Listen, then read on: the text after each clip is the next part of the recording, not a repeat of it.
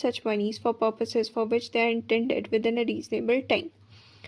ठीक है, fails to keep money of his client other than fees or remuneration or money meant to be expended in a separate banking account, or to use such monies for purposes for which they are intended within a reasonable time.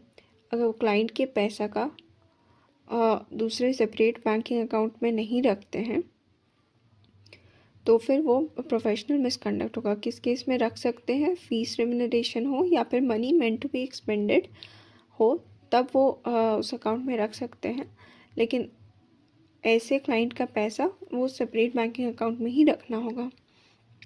या फिर use such money for purpose for which they are intended within a reasonable time.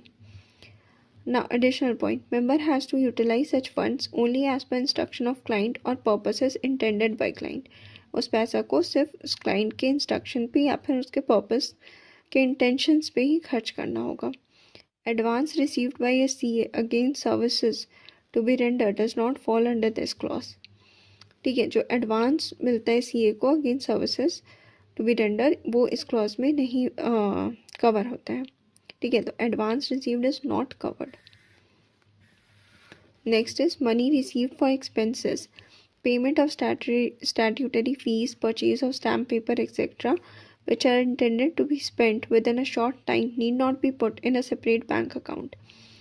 ठीक है, जो पैसा expense के लिए use हुआ है, जो पैसा एक्सपेंस करने के लिए रिसीव हुआ है, स्टैट्यूटरी फीस या परचेज ऑफ स्टैम्प पेपर, जो इंटेंडेड है कि वो स्पेंड होगा शॉर्ट टाइम के पीरियड के लिए, उसको भी सेपरेट बैंक अकाउंट में रखने का ज़रूरत नहीं है।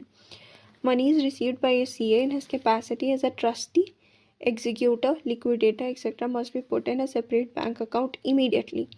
अगर कोई पैसा एज अ ट्रस्टी, एग्जीक्यूटर या लिक्विडेटर मिल रहा है तो फिर उसको तुरंत सेपरेट बैंक अकाउंट में रखना चाहिए। Now part 2, professional misconduct in relation to members of the institute generally. ठीक है, ये सब के लिए है, members in practice and service.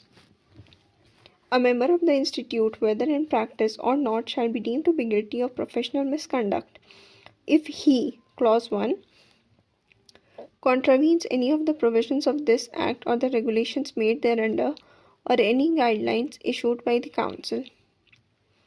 clause 1 क्या हुआ?